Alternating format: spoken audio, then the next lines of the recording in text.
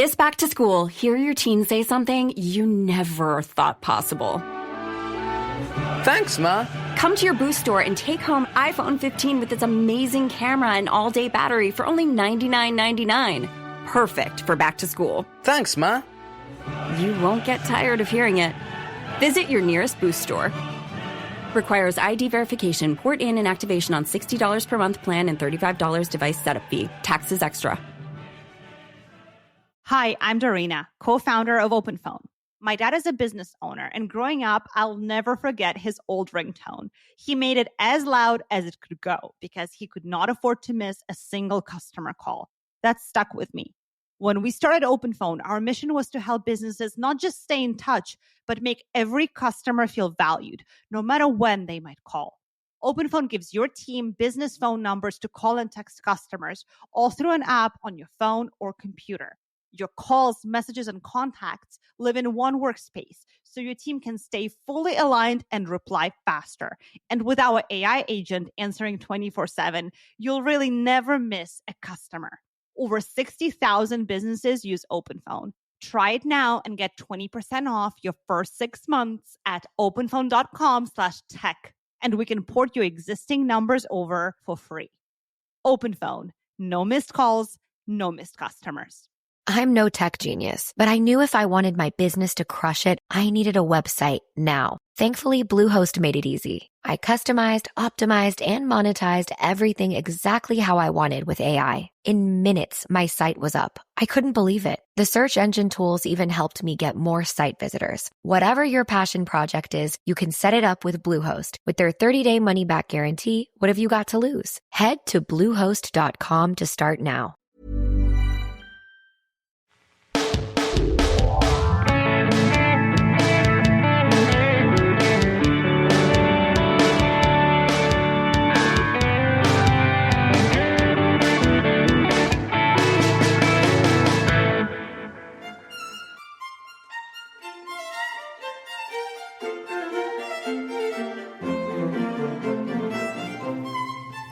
Hi, I'm Christy Shriver, and we're here to discuss books that have changed the world and have changed us. And I'm Gary Shriver, and this is the How to Love Lit podcast. This is our third and final episode where we discuss one of America's most beloved families, the March family, in one of America's most beloved novels, Little Women. In this episode, we will watch the Little Women leave their father's home, venturing across town, across state lines, and across the ocean. We will observe how they expand their family circle from just being little women to include men, something that we discussed at length last week. This expansion of community involves letting people into the inner circle as well as taking risks with the world at large. And part 2 of Little Women, as it's printed today, was originally a sequel titled Little Wives. And just as each of the little women carries her own bundle as she metaphorically journeys to the celestial city, we see that each of the sisters engage a larger world in her own way. And Meg in domestic life, Amy with her art, Joe with her writing, and of course, as you notice, there's one missing sister. Obviously, this is a spoiler, but Beth too engages a larger world, the largest as she embraces eternity. Aww. And just as we as readers all carry our own bundles, so too must we leave our own comfort zones, whatever those are, and embrace a world that's unfamiliar to us. So maybe it's for that reason that more than any other probably American novel, we are all interested in this journey. We want to know how our Little Women, for all their Victorian culture, manage this while balancing being women with ambition, being wives, being daughters, being sisters, being friends. This is a feminist novel because it's written by a woman about women for women. And its main character, the tomboy Joe, undoubtedly is the least feminine of all the sisters, but she remains one of the most beloved characters in the American canon.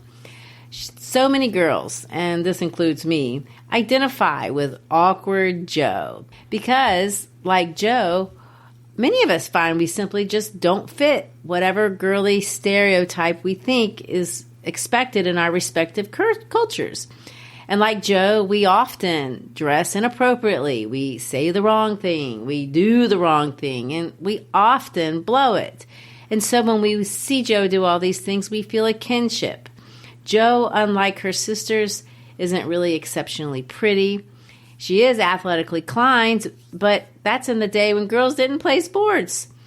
She is direct in a culture where subtext is important.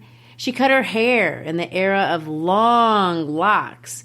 She didn't understand how to style in the age of the fashionable hoop skirt. I mean, her best friend is a boy.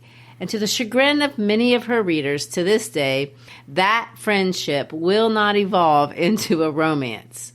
Of course, not all girls are going to identify with Joe in every way, but in part one, we are led through kind of as the novel progresses to sympathize deeply with the special challenges of Joe and her special bundles.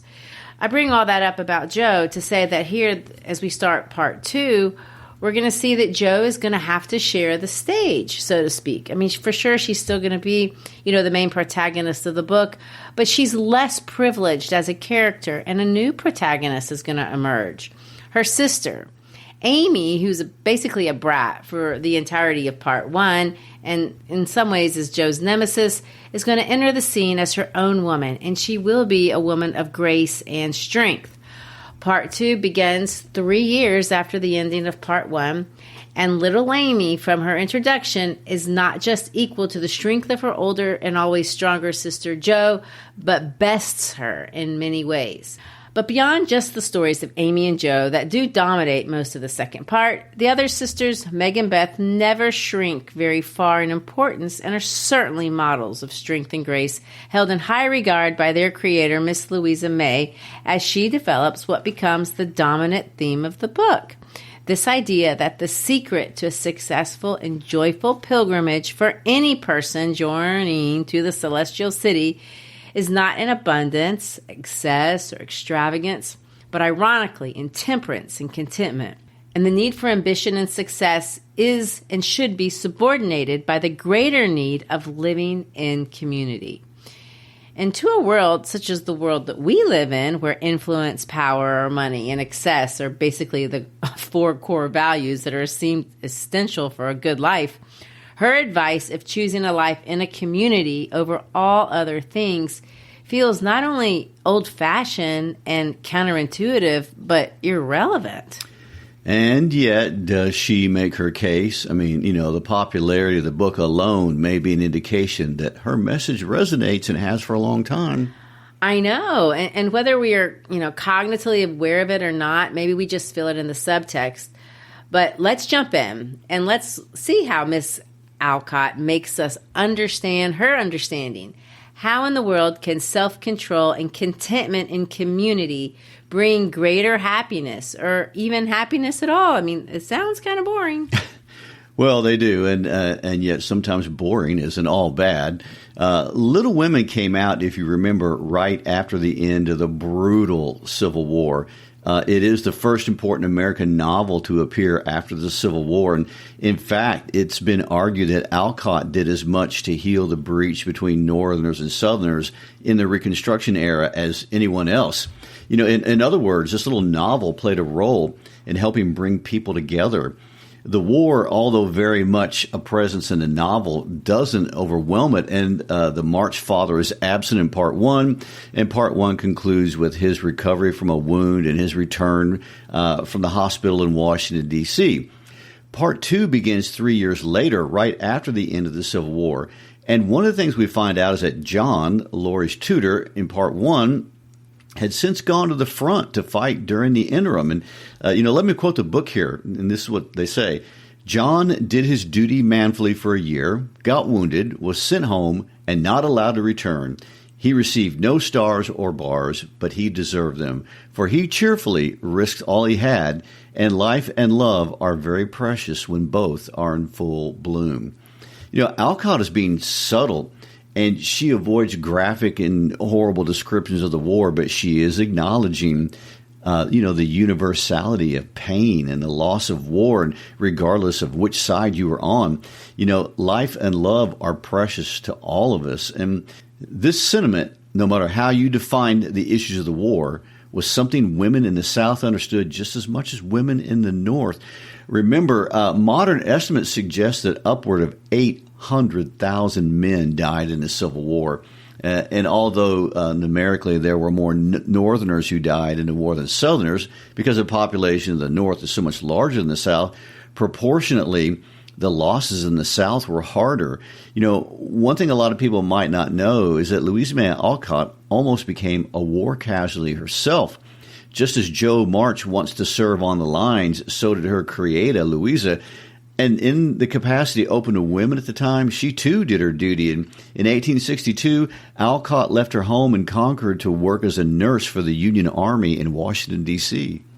You know, I want to point out, and maybe this is a nod to her on tomboy ways, but her father famously said about her decision to go and work in that hospital, he said this, he said it this way, he was sending his only son to war.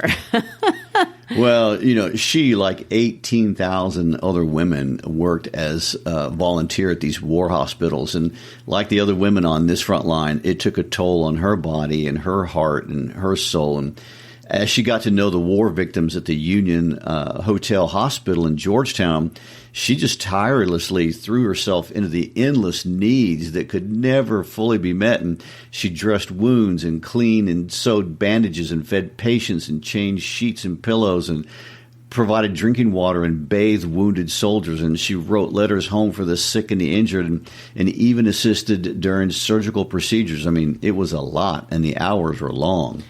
You know, she actually recorded a lot of her experiences through a series of fictionalized essays that she called hospital sketches. I mean, the collection was published under a comical nickname, Tribulation Periwinkle, and she did alter the names and compress some of the events and tried to add some humor to make, you know, these awful events more appealing. But what she was writing about was real. The things that she talked about in the sketches actually were real events that she encountered in this makeshift Union hospital. I mean, it was a hotel that they turned into a hospital. I mean, the building that she worked in as a nurse wasn't ever designed to be a hospital. It was just made up. Well, she worked herself to the bone there, and she saw a lot of death. Her hospital, because it wasn't built to be a hospital, but it was a hotel that they were using as a hospital, wasn't adequately supplied or it wasn't in good shape. The building was damp. It had poor ventilation. There weren't proper places or provisions for bathing patients. I mean, it was just plain dirty. In a letter home, Alcott described it like this: "A more perfect pestilence box than this house I never saw." And she was right. It was a pestilence box. And not surprisingly, since she was working 12-hour shifts regularly and often taking the night watch, she caught typhoid pneumonia within 2 months of starting. And she was sent to bed, but rest wasn't enough, and her condition worsened. At one point, she began slipping in and out of consciousness.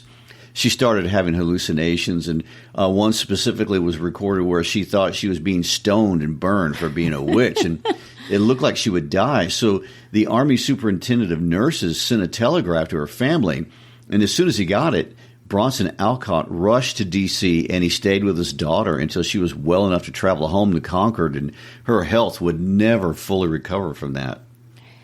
Well, if you've read about Beth's illness in the book, you'd see that there's some parallels. Of course, there's a parallel that she had her dad in the hospital in D.C. That's in the book, too. But in the death sequence and the story where she describes Beth is realizing she's going to die, there's no question that she pulled a lot from her experiences in the hospital and the deaths that she encountered beyond what she experienced herself, beyond having lived through Lizzie's death. Lizzie was her own sister.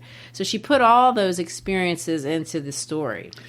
And getting back to Louisa's experience with typhoid fever, most historians believe it wasn't just the typhoid that led to Louisa's poor health and ultimately her untimely death at the age of 44, but it was also the medicine they gave her to supposedly cure the typhoid. And there at the hospital, they treated her with a poisonous mercury compound called calomel. Doctors believed the vomit, the diarrhea, and the salivation that mercury caused helped the patient purge their body of typhoid. But really, it just caused mercury poisoning on top of the fever. And, although by the 1860s it was known to be toxic, most old school doctors, including Louisa's, were still giving it to their patients. And in her case, it caused a lot of pain, which also led her to take opium to manage her pain later in life, which we all know is a dangerous drug that brings its own set of complications. Well, you can see, and we've said it several times, the March girls are not the Alcott girls. They're a fictional interpretation of things that the real Alcott sisters experienced. The real Alcott girls' lives were not, I don't want to say perfect, because the March girls aren't perfect, but they're more perfect because their lives are not real. And the values of the March girls are actually the values of their creator. And a lot of Alcott's values were cemented by these experiences that were in some ways connected to what the March girls were going through, but more extreme.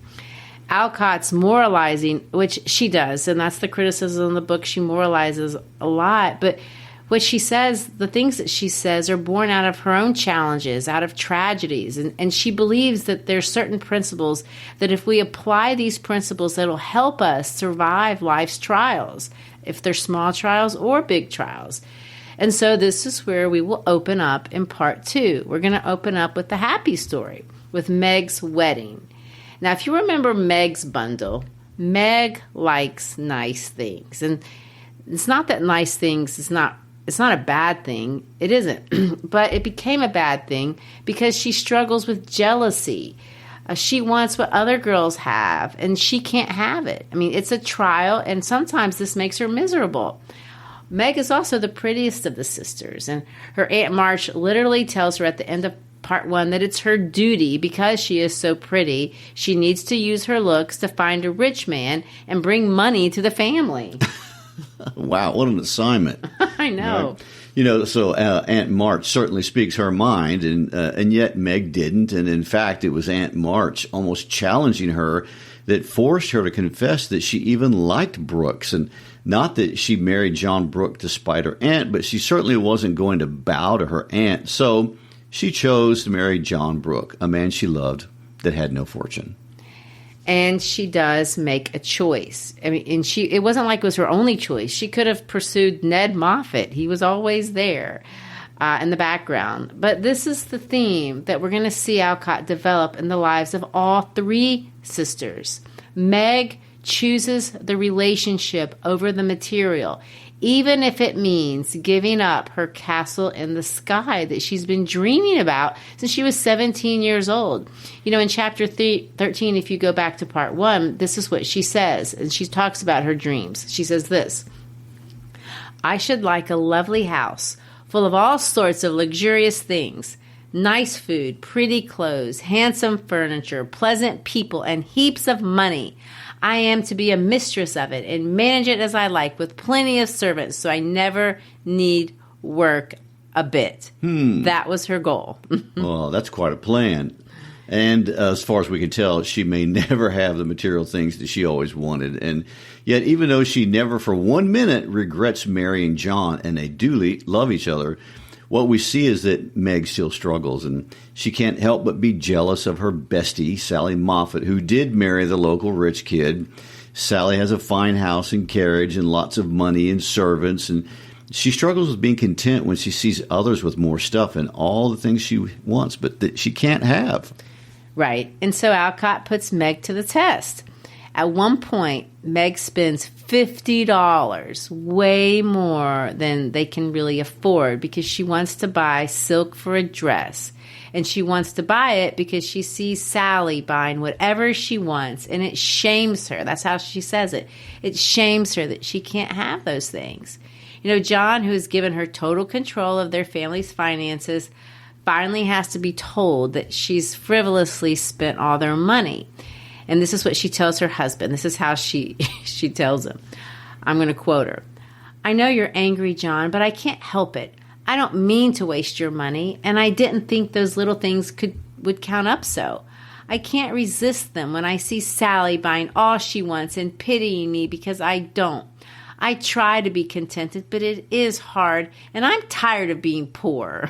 I mean, Those last words were spoken so low she thought he did not hear them, but he did, and they wounded him deeply, for he had denied himself many pleasures for Meg's sake.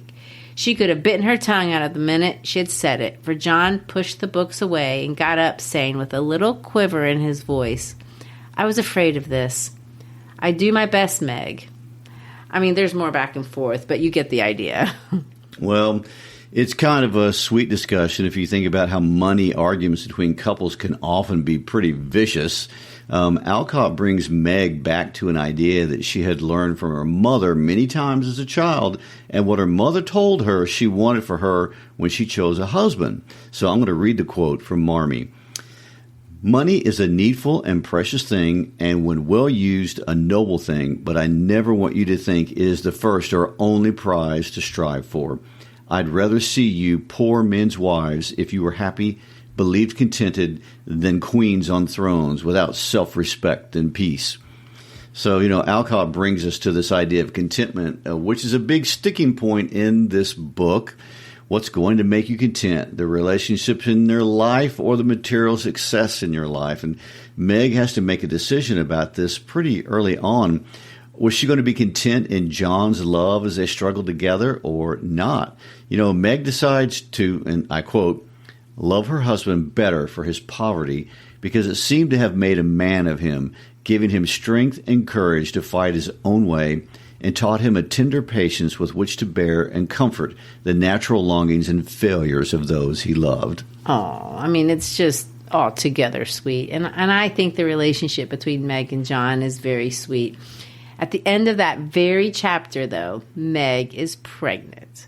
It's also interesting to point out, it isn't too much farther into part 2, that Sally begins to prefer Meg's house to her own mansion, full of what Sally considers to be called at her house splendid loneliness. She has the stuff without the relationship. Alcott's idea seems to be it's nice to have stuff, but it's better to have relationships. If you can have stuff and relationships, do it. But if you ever have to make a choice, pick relationships, no matter how much it costs you. Well, Meg is by far the most conventional of the March girls. She's what we call nowadays a trad wife. She is the most obviously domestic, and maybe that's why Alcott starts with her. She negotiates her struggles with contentment primarily in the home, and she struggles with the very real challenges of being a wife and the mother of small children. But Little Women doesn't emphasize Meg. It emphasizes Joe, and it emphasizes especially in part 2 the development of the youngest March girl, Amy, who in the first part is primarily depicted as a brat. Correct. And so we move on from Meg, and we're going to focus on the others. But I want to bring up a stylistic feature about how Alcott writes, because I think it's kind of interesting. Last episode, we mentioned how the Alcott sisters grew up writing and performing plays when they were little kids, all the way through with teenagers and even into their adult years. Well, this developed in all of them, but especially Louisa, a penchant for writing dialogue. And as she writes Little Women, if you notice, it's mostly dialogue. 3/4 of the line of this novel are dialogue. You could actually read chunks of it out loud and kind of pretend that it's a play. The book is primarily dialogue and action. Occasionally, the narrator will pull out and sometimes even talk directly to us as an audience, but most of the time, what we learn about these characters is by listening to their conversations with each other and watching their behaviors. And this makes Amy a very interesting character because over and over again, she is tested by her pursuit of status. She is always putting herself in social situations, sometimes successfully, but sometimes she fails. More than the other sisters, we watch Amy grow up. The narrator tells us that Amy's weaknesses is her, and I'm going to quote, desire to move in our best society. Of course, that's going to include money, but unlike her sister Meg, money is often in service to something else. Amy is interested in position, fashionable accomplishments, and elegant manners. I mean, we see this over and over through part 2. One example is in chapter 26, the chapter called Artistic Attempts. In this chapter, Amy, who March favors and has been paying for her to take art classes, meets all the rich girls in town who are also in her class. Well, Amy wants to invite all of her rich friends over to her house for an afternoon of painting. And she knows that they know that her house is a poor house, but she's got these great landscapes of the river and the bridge, and she thinks that the property would be a great place to paint, and that would compensate for, the simpleness of her house. Well, she does invite all the rich girls over, and they RSVP saying that they'll be there, and she spends all of her money because she wants to buy expensive foods like she thinks they would like to impress them. And probably because she actually has no status, they stand her up, not once but twice. All but one failed to come. Now, their standing her up, reminds her of how low she is, on the social status in her world. It reminds her that this is the life she does not want for herself. And she's going to work that social scene. We see her do it. She pays social cause. She attends social functions. She volunteers. By chapter 31 in the novel, she not only has been rewarded by Aunt March by taking Amy to Europe, where she sees all kinds of fancy things and meets fancy people and learns to behave in fancy ways, but she has decided this is the life for her. But not only does she get to do all that, now she has access to the kind of rich men who can actually make the life she dreams of a possibility. There's one rich man in particular that she meets who's especially attracted to the feisty but fun American, this British nobleman by the name of Fred Vaughan. Well, he and Amy hit it off, and she becomes very aware that he most certainly is going to propose. She writes home and tells her mother what's going on and her plan.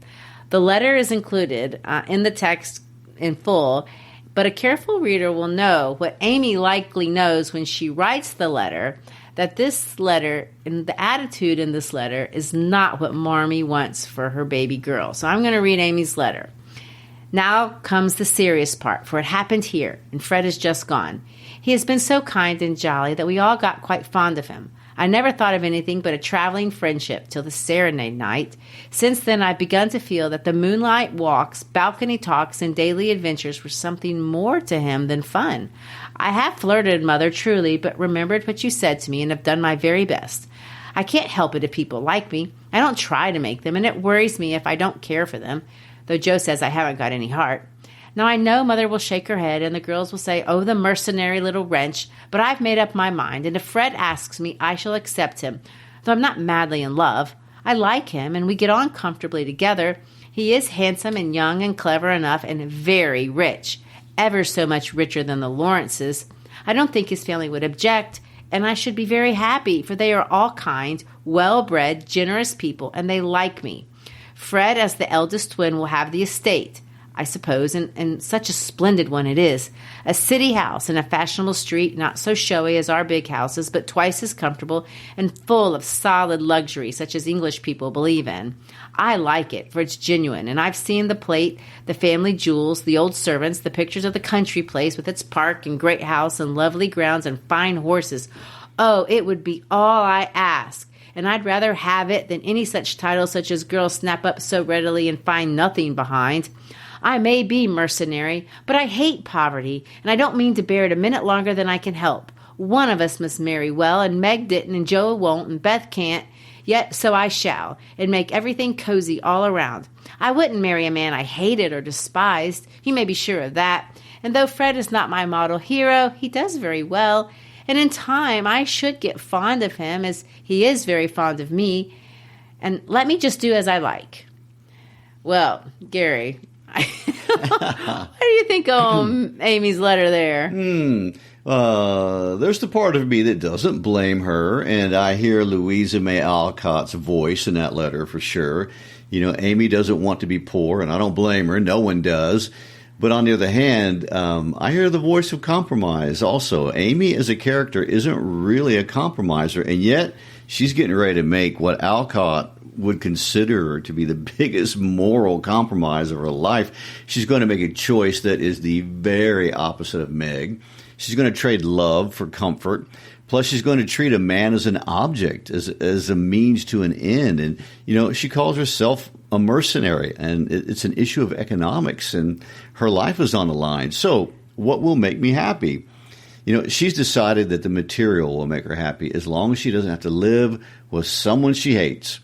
It's not what the March girls are raised to do, and when I read it, I can't imagine her actually going through with it. I know, but it's her decision. And she's lucky to even be in a position to have a decision. Spoiler, if you haven't finished the book, she doesn't bring herself to do it. She does eventually turn down Fred Vaughn, and not for another man. She turns him down outright, and when there's no offer on the table. She just decides that she can't make that compromise. But she doesn't get to that decision very easily. It isn't long, though, after she makes the choice that she won't marry Fred Vaughn, that she, like Meg, will be rewarded for doing the right thing. Amy gets Laurie.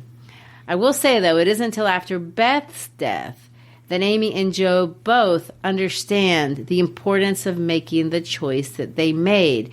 And when they really start to understand what life really is supposed to be about, at least for them. So we saw Meg and we saw Amy, and now Joe. Joe is like Amy. She's ambitious. She wants things from this world, but she wants them her way. Amy wants to be a successful artist and a person of high society. Joe, in her own words, wants to, and I quote, write books and get rich and famous. I mean, it's straightforward. And not far into part 2, she begins to experience success. I mean, she writes and she wins $100, and that's more money than they'd ever seen. She doesn't even want to buy anything or travel anywhere. She takes her money and she uses it to send Beth and her mother to the sea because she really wants Beth to recover her health. Everyone is thrilled with her success except her dad. He reads it and he compliments her story, but he says, "You can do better than this, Joe. Aim at the highest and never mind the money." Well, you read it in that context. She's just won this $100, and the comment seems mean and out of place, especially for a man who says almost nothing in the entire book. But it's also the comment of a man who knows his daughters. I mean, he sees in Joe's story a compromise. And Joe, although in many ways opposite Amy, is like her in that she's ambitious. And, Joe values independence, stating her own mind and social equality. And she's by far the most democratic of the daughters. And so her dad wants her to have her castle in the air, but he also knows it needs to be on her own terms or it's not worth having. So Joe is missing her own voice in these stories, and without her voice, she'll never have peace. Joe also takes a lot longer than the other sisters just to really understand what she wants out of life. And I think that's not unusual. That's hard for a lot of us. Some girls do know early on what they want, especially if they want something traditional, if they want to follow a path where they have a good model, maybe in their family, like Meg. Other girls, can see their own path in their own culture, maybe by their own talents, and that's kind of like Amy. But there's a lot of us that are like Joe. You just feel lost, and we don't know who we are and what we want, and we certainly don't know if what we want is going to make us happy. Well, correct. And Joe expresses that lostness, and she knows what she doesn't want. She doesn't want to marry Laurie and settle down in Concord. She knows she wants to write, but that's all that she knows. And so in the face of lostness, Joe does what perhaps is the healthiest thing to do. She gets out into the world and she tries to figure it out. So she goes on an adventure. She goes to New York. She takes a job as a governess. She writes stories for money, and she meets new people. So she takes risks. Well, she does take risks. I mean, when Joe gives the sketchy editor, Mr. Dashwood, her story in this sketchy part of town, I'm halfway certain he's going to rip her off. When she walks alone in those shifty neighborhoods, I'm halfway expecting her to get mugged. I mean, she's so naive, and she does things very awkwardly, the way all of us would in those circumstances. She's exposed. Again, like a lot of us, we can relate to at least feeling this way, doing things we just don't know what we're doing. And Alcott rewards her for it, even if what Jo does seems to be something her family and even she would not morally approve of. And Alcott never condemns Jo for writing seedy stories or pursuing fortune as a motivation. What she does seem to be condemning Jo for is compromising who she is, just like she does with Amy. You know, I want to read how Alcott describes Jo's situation in New York. She soon became interested in her work, and for her emaciated purse grew stout, and the little hoard she was making to take Beth to the mountains next summer grew slowly but surely as the weeks passed. One thing disturbed her satisfaction, and that was that she did not tell them at home. She had a feeling that father and mother would not approve and preferred to have her own way first and beg pardon afterward. It was easy to keep her secret, for no name appeared with her stories. Mr. Dashwood had, of course, found out very soon, but promised to be dumb, and for a wonder kept his word. She thought it would do her no harm, for she sincerely meant to write nothing of which she should be ashamed, and quieted all pricks of conscience by anticipations of the happy minute when she would show her earnings and laugh over her well-kept secret. But Mr. Dashwood rejected anything but thrilling tales, and as thrills could not be produced except by harrowing up the souls of the reader, history and romance, land and sea, science and art, police records and lunatic asylums had to be ransacked for the purpose. Jo soon found that her innocent experience had given her but few glimpses of the tragic world which underlies society. So regarding it in a business light, she set about supplying her deficiencies with characteristic energy. Eager to make material for her stories and bent on making them original in plot, if not masterly in execution, she searched newspapers for accidents, incidents, and crimes. She expected the suspicion of the public librarians by asking for works on poisons. She studied faces in the street and characters good and bad, and indifferent all about her, she delved in the dust of ancient times for facts or fictions so old that they were as good as new, and even introduced herself to folly, sin, and misery as well as her limited opportunities allowed. She thought she was prospering finely, but unconsciously she was beginning to desecrate some of the womanliness attributes of a woman's character. She was living in bad society, and imaginary though it was, its influence affected her, for she was feeding heart and fancy on dangerous and unsubstantial food, and was fast brushing the innocent bloom from her nature by a premature acquaintance with the darker side of life, which comes soon enough to all of us. Well, just like Amy, she gets to a place in her life where she's ready to compromise everything she believes in for money. Again, something she was raised absolutely not to do. And just like her mother wouldn't want her to marry for money, she knows her mother wouldn't want her to do things professionally that violated her own conscience for money. And it's at this point where Alcott introduces a new love interest, an unusual choice. Professor Bear, he's older, her intellectual equal, and an outside voice that she can respect. He's also kind, but when she thinks about her stories through his eyes, she takes them all and burns them, saying, quote, "What should I do if they were to see them at home, or Mr. Bear gets hold of them?"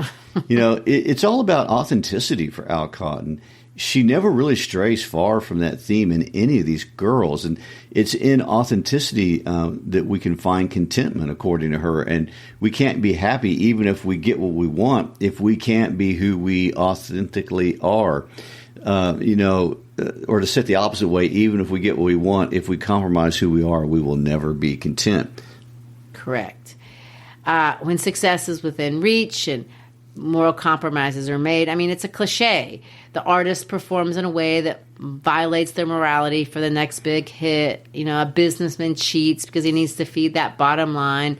The politician betrays his constituents because he needs to stay in power. Alcott is suggesting we make these moral compromises within ourselves, and we self-sabotage by doing that.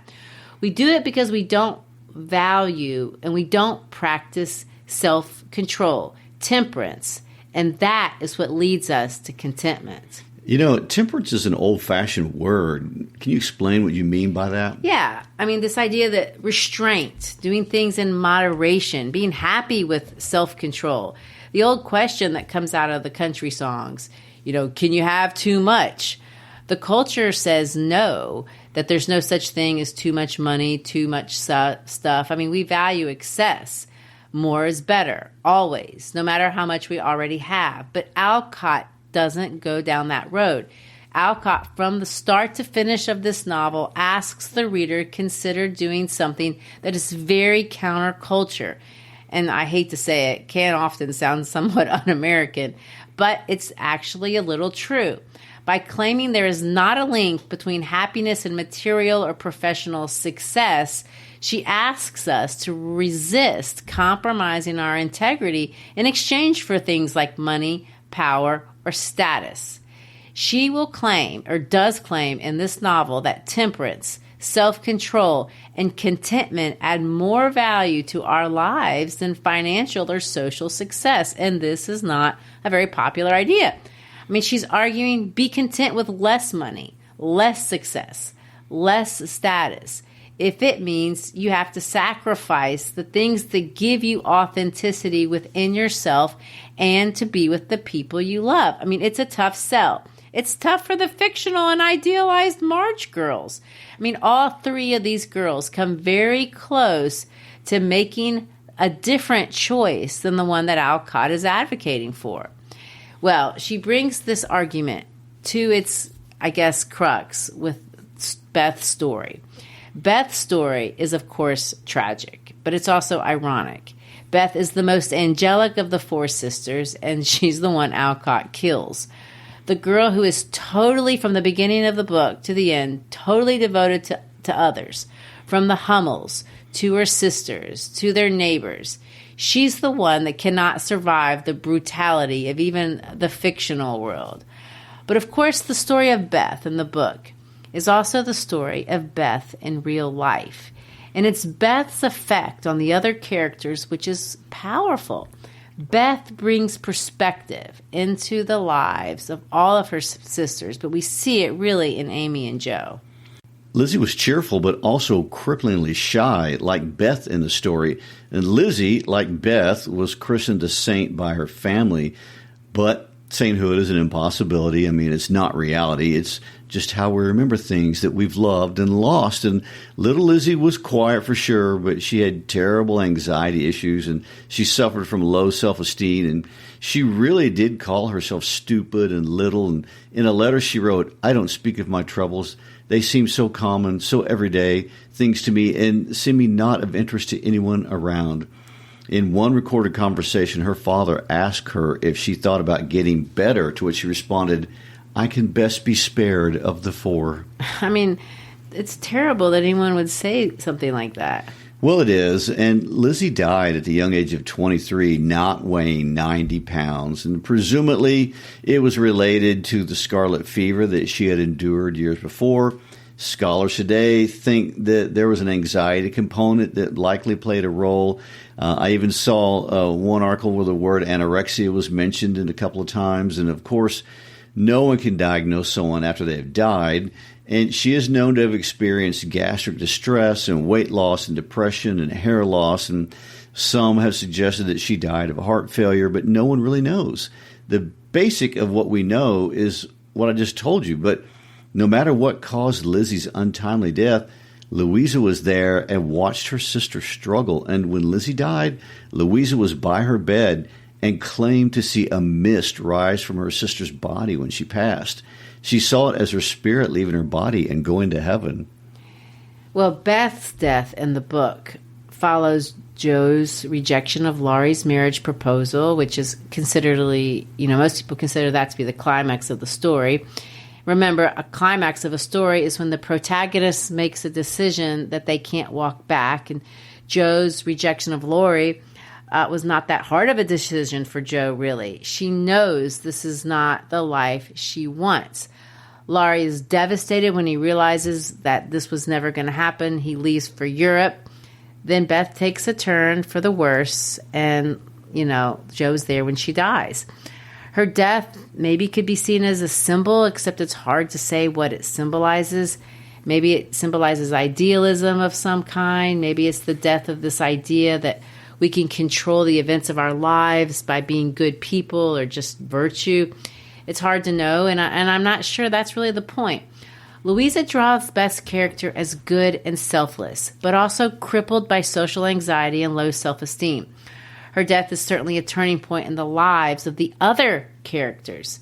In the book, Beth's death affects Joe deeply, just as Lizzie's death in real life affected Louisa's life deeply. And as Joe and Beth talk about death, Beth tells Joe, "You must take my place, Joe, and be everything to Mother and Father when I'm gone. They will turn to you. Don't fail them. And if it's hard to work alone, remember that I don't forget you, and that you'll be happier in doing that than writing splendid books or seeing all the world. For love is the only thing that we can carry with us when we go, and it makes it the end so easy."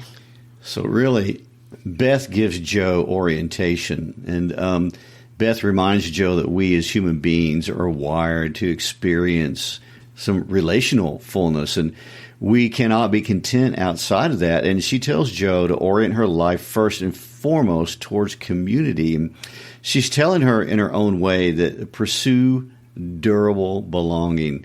And you know what I mean by that is pursue belonging to a community that will sustain you, even if it costs you the ambition that you really believed would make you happy. Well, Joe hears her, and from here on out, Joe will want to be a writer, but it will be second to pursuing relationships, first with her family. But even proud, resistant Joe realizes that the love of a man isn't all bad. And she does find meaning in a romantic relationship, all her own, although she does it her way, very unconventionally, and being the first to kiss instead of waiting to be kissed. Very Joe March. Even Joe March discovers isolation always feels wrong and that she wasn't meant to live alone. Well, that's true. And what's interesting is that Beth's death affects Amy kind of in a similar way, even though she's far off in Europe when Beth dies. By this point in the story, she's already turned down the proposal by Fred Vaughn. But it isn't until Laurie comes to Switzerland after he hears about Beth's death that he and Amy submit their intent to marry. It's a very untraditional proposal, nothing like you expect the old Amy would want. They're sitting in a boat on a lake, and Amy remarks, "How well we pull together, don't we?" said Amy, who objected to silence just then. "So well that I wish we might always pull in the same boat. Will you, Amy?" very tenderly. "Yes, Laurie. Very well." Well, and that's the whole thing. They both stopped rowing and unconsciously added a pretty little tableau of human love and happiness to the dissolving views reflected in the lake. They both understand that they want to experience relationship fullness before anything else. And the rest of the book seems to be Alcott's exploration at how pursuing durable relationships, even if it costs you professional or financial success, will always bring you happiness. And Laurie and Amy come back from Europe having eloped. John and Meg have twins. Joe has a man who has come to Concord, presumably to court her. Let's listen to Laurie and Amy talk about Joe's suitor, a man in his 30s. "That man intends to marry our Joe." "I hope so. Don't you, dear?" "Well, my love, I consider him a trump in the fullest sense of that expressive word, but I do wish he was a little younger and a good deal richer." "Now, Laurie, don't be too fastidious and worldly minded. If they love one another, it doesn't matter a particle how old they are and not how poor. Women never should marry for money." Amy caught herself up short and the word escaped her and looked at her husband, who replied with malicious gravity, "Certainly not. Though you do hear charming girls say that they intend to do it sometimes. If my memory serves me, you once thought it your duty to make a rich match. That accounts perhaps for your marrying a good-for-nothing like me." "Oh, my dearest boy, don't say that. I forgot you were rich when I said yes. I'd have married you if you hadn't a penny, and I sometimes wish you were poor, that I might show you how much I love you." And Amy, who was very dignified in public and very fond in private, gave convincing proofs of the truth of her words. I love how the Victorians are very clever and how they express those kinds of things. We were supposed to know exactly what those convincing proofs might be. Well, it is sweet. And sweet is a good word for how Alcott ends her novel. Everyone gets what they wanted. Meg is happily married with every assurance John will get richer and more prosperous over the years. And Amy and Lori open a philanthropic organization devoted to helping poor people create business success. Joe and the professor inherit Aunt March's home, and they're going to open a school for boys, which is something they both can share in intellectually and financial compatibility. And all of them are deeply embedded in community, experiencing belonging that endures. And that is Alcott's point. And no one is isolated. All achieve success because they are living in relational fullness first and foremost, and without compromising who they are. And, they achieve that most elusive of human aspirations, contentment. And of course, Marmee gets the last line of the book when she says, "Touched to the heart, Miss March could only stretch out her arms as if to gather her children and grandchildren to herself and say, with face and voice full of motherly love, gratitude, and humility, 'Oh, my girls, however long you may live, I never can wish you a greater happiness than this.'" The end. So there you have it, Louisa May Alcott's answer to John Bunyan's Pilgrim's Progress. The way to contentment, authenticity, durable relationships, and then success in that order. It's an argument, but it's delivered with such Victorian gentleness that, it comforts us as much as it challenges us. And so we hope you've enjoyed this series on Louisa May Alcott's classic Little Women. If you have, please honor us by sharing this episode with another person who loves the book as much as we do. Text it to a friend, share about us on social media, listen to the episode in class. Also, feel free to reach out to us. You can find us on any of our social media platforms and on our website at howtolovelitpodcast.com. And remember, it's when you share that we grow. Thank you again for listening and helping us pursue our mission of making great literature accessible and enjoyable to as many people as possible. Peace out.